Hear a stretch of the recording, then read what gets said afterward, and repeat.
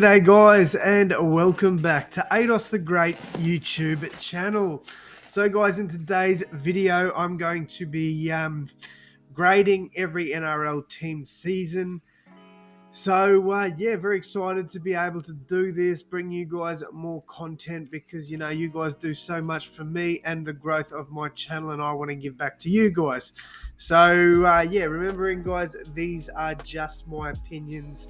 So please, if you guys disagree, please let me know why down in the comments. I love hearing your responses, and if you guys disagree with something, please do let me know, and we can have a chat about it down there. But yeah, let's jump in and let's see how I rank every team. We're going to do this in order. So Storm to Broncos, however the order is, we're doing it that way. Starting off obviously with Melbourne Storm. Look, Storm season, I'm going to put as a C. It's a pass mark. They've obviously made fifth spot again. I think there was a few people writing them off at the start of the year, saying that they wouldn't make the top four, and they didn't. However, they were riddled with injuries this year. Ryan Papenhuyzen was out for a good bit of the season. They also lost Christian Welsh fairly early on in the year, Ramus Smith, so they're three players that would definitely start for them. So I think injuries definitely hurt them a bit. However, they're still an elite team and probably should have done and could have done a bit better than they did, even with the injuries that they had. So while I think Storm had a decent year, I still think that, they'd be very disappointed with how it ended. So C for me. Yeah, I think that's a fair rating. For the Knights, I'm going to put an E. I don't think there's going to be too many, if any, teams in F. The Knights didn't really go into this season with that high expectations. Yes, they made the finals last year and missed it this season. But, losing players like Mitchell Pearce, Connor Watson is always going to hurt a club. They still had a number of good players that arguably could have and probably should have taken them into or gotten a lot closer to a final series. But yes, unfortunately, Knights fans, I can't put you any higher than E. I think all in all, it was a disappointing year. And for me, E is pretty fair for you guys. All right, the Cowboys, I'm going to put in B. And I could put them in A potentially. Like, I think they're in the middle here. But I'm going to pop them in B for now. Actually, you know what? No, I am going to put them in A. I think this was a very good building season for them. They finished third on the ladder. They made a preliminary final, unfortunately lost by 4 points to Parramatta in that one. But, at the end of the day, coming from, I believe, 15th last year, finishing third this year was a huge achievement for them. So I definitely think A is a good spot for them. For the Titans, I'm going to put them in E as well. Another team that made the finals last year, definitely had good players on paper, but couldn't put any wins together to, make it back up into or around that top 8. Well, they were quite disappointing this year. And I think E is a fair rating. Roosters, I'm going to put in C. I think they're around the same sort of reasoning behind it with Storm. A lot of people had the Roosters finishing in the top 4, and rightfully so. Like, they probably should have finished up and around there. They had a very slow start to the season and, strong finish. So that gives them a little bit of bonus points, but they fell out disappointingly in the first round of the finals. Unfortunately, it was due to a lot of injuries around that period, but still, I think, they'd be very disappointed with how the year finished after, and how it started, to be honest. So that middle to end period was very good for them. And, if they don't play well there, I'd say they probably finish with around a D. The Dragons, for me, I'm actually going to put up in C. They were a bit of a mixed bag this year. There was, I'd say, probably 50% of NRL fans had them finishing, say, 12th to 16th. And then Another 50% had them finishing around the 8th to 11th sort of mark. So, all in all, they finished 10th. So I thought realistically they had a decent year, but, not great either. But I do think that, they finished the season fairly well. Could have made a top eight. It made the top eight if they played a little bit better in a few games. But yeah, look, I think good year for the Dragons. At the end of the day, it's always going to be disappointing if you don't make the finals. But I still think, all in all, this was a decent year. And I think a C is fair for them. Sharkies, I'm going to put in B. A big reason is the way they bowed out in the finals. Lost to the Cowboys in week 1, lost to the Bunnies in week 2, fell out after a very successful year.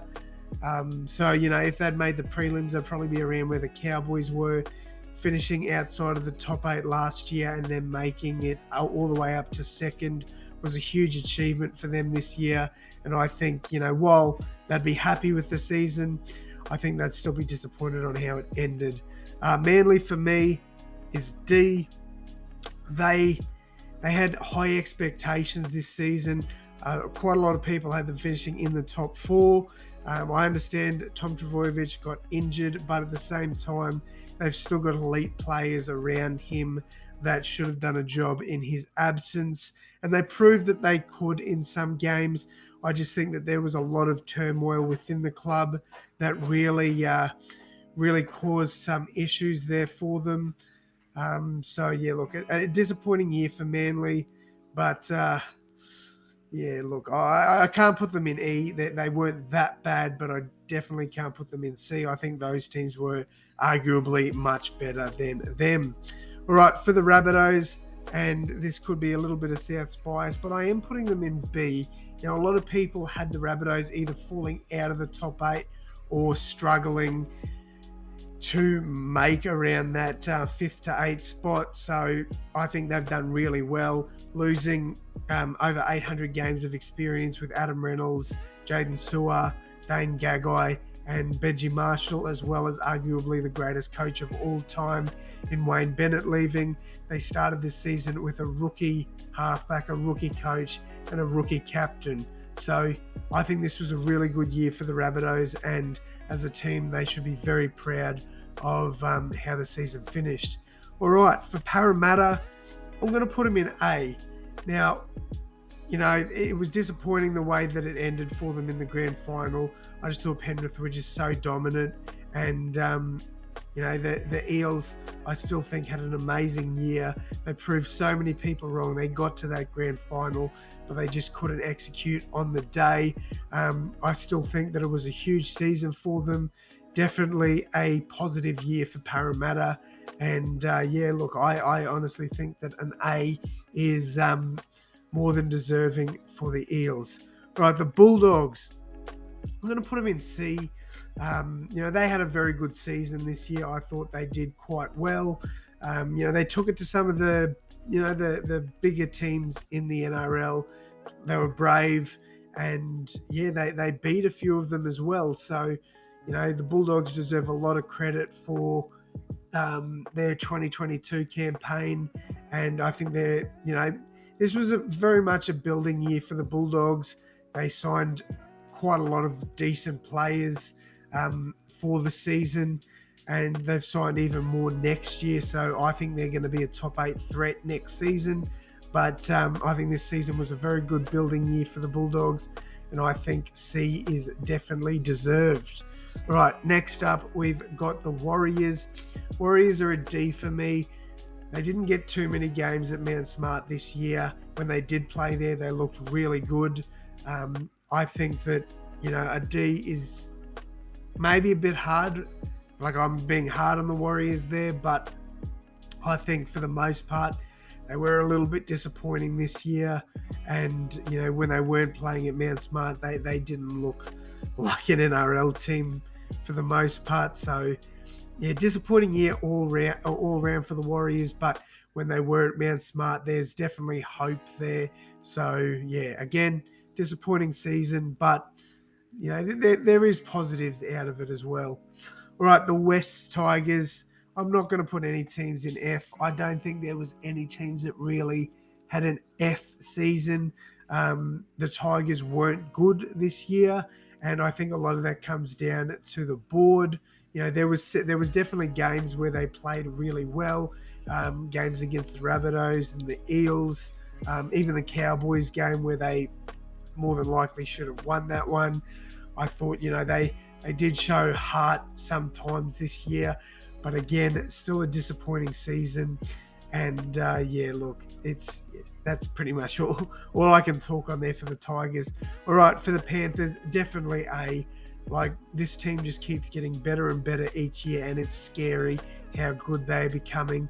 They've got a next man up mentality. So if a first grader goes down, the reserve grader steps up. If a reserve grader goes down, the next player steps up. It's so good to see, and they're just such a resilient team. So I'm going to give massive shout out to the Panthers. They are definitely an A for grading in 2022. All right, next up, we've got the Canberra Raiders. This is another team I'm considering for B. I think a fair few people had them in the top 8 this year. So I've got to put them in B. I think, again, they're another team that started the season off fairly slow, but made a pretty good comeback there late in the year. They knocked off Storm in the first week of the finals. They got flogged up by Parramatta, but to be honest, I still think they had a good season. And I think Raiders fans should be very proud of how they played this year. All right, finally, the Brisbane Broncos. And this is a bit disappointing because I think they would have been around that A and B tier. But I've got to put them in C. They started the year off so well. And then after round 19, it all just started going downhill. So I definitely would have had them in B if they made the 8. But yeah, it sucks because realistically, the Broncos had quite a good season. It's just the way it ended for them was very disappointing. So while I obviously am not going to put them in D because they don't deserve to be graded that low, I just can't put them in A or B tier because, if they made the top 8, you could definitely make an argument for B, potentially close to an A tier. But yeah, for me, the Broncos sitting pretty in C tier. Let me know how you guys would have ranked this. Do you think I'm spot on, or do you think I am way off? I'd love to hear from you guys, but that is going to wrap it up from me. Thank you all so much for your support. And as always, guys, I'll see you in the next one. Thanks, guys.